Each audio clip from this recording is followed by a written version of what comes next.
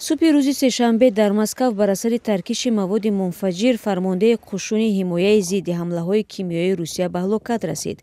کمیته تفتیشاتی روسیه خبر می‌دهد که مواد ترکنده در داخل سمکت و اسکوتر الکتریکی پنهان بوده. هنگام بیرونشوی گنرال لیتنانت کیریلوف از منزل زیستش از دور فعال گردانیده شد. به قول همین کمیته هنگام ترکیش بینایی در خیابان ریزیان واقع در 7 کیلومتری جنوب و شرق کرمل کیریلوف و افسر همراهش کشته شدند. قشون ضد حمله‌های کیمیایی روسیه یک نوع خاص نیروهای مسلح است که در شرایط ظاهرالشوی هسته‌ای، کیمیایی و بیولوژی عملیات پیش می‌برد. کمیته تفتیشاتی روسیه تحقیق حادثه را بر عهده گرفته است.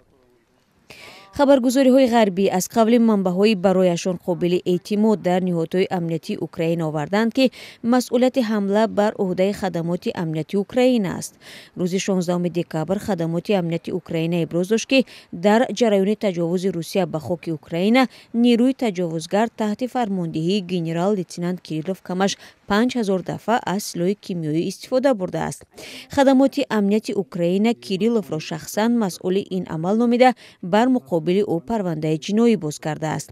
ماه اکتبر بریتانیا، کانادا و زلندیای نو کیریلوف و قشون حمایت ضد حمله‌های کیمیایی روسیه را مورد تحریم قرار دادند، زیرا به قبل آنها روسیه در جبهه جنگ از مواد نفسگیر کننده و جمله خلورپیکرین کار گرفته است. کرمل این ایبنامه را به اساس می شمارد. کیریلوف خط کننده مکتب عالی فرماندهی نظامی کسرمه بوده. سر از سال 2017 رهبری قشون حمایت ضد حمله‌های کیمیایی روسیه را بر دوش داشت.